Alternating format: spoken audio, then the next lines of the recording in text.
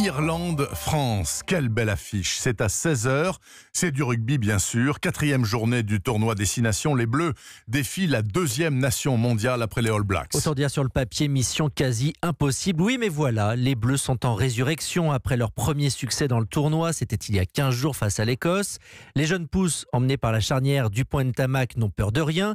Ajoutez-y un peu de chance, il en faudra forcément face aux 15 du trèfle.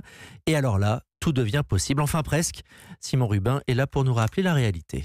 Cet après-midi, les Bleus vont affronter l'une des meilleures nations mondiales dans une ambiance dantesque à Dublin. C'est forcément impressionnant, d'autant qu'il y a quelques semaines en Angleterre, dans le même type d'atmosphère, les Bleus, surtout les jeunes, avaient cédé sous la pression, reconnaît Félix Lambé. On a été très surpris en Angleterre, il n'y a pas que ça, mais je pense qu'en Angleterre ça a joué aussi, on ne s'attendait peut-être pas à ça. Moi je ne connaissais pas cette ambiance-là, j'imagine que ce sera un peu pareil en Irlande, donc ce ne sera pas facile, mais on sait un peu à quoi s'attendre. Et pour tenir, il faudra se serrer les coudes, être solidaire, ajoute Mathieu Bastaro. À nous, les plus vieux, de protéger les jeunes. C'est à nous justement de les aider, de les décharger de tout ça. C'est à nous les anciens de prendre justement toute cette pression, qu'ils puissent se lâcher. C'est aux plus anciens, aux plus vieux de les protéger par rapport à ça. C'est un fait, les Bleus sont moins forts, moins techniques que les Irlandais. Voilà pourquoi ils misent sur une solidarité salvatrice. Et c'est dans l'adversité qu'ils comptent bien, enfin, trouver cette force intérieure qui leur manque depuis longtemps. Dublin, Simon Rubin, Europe.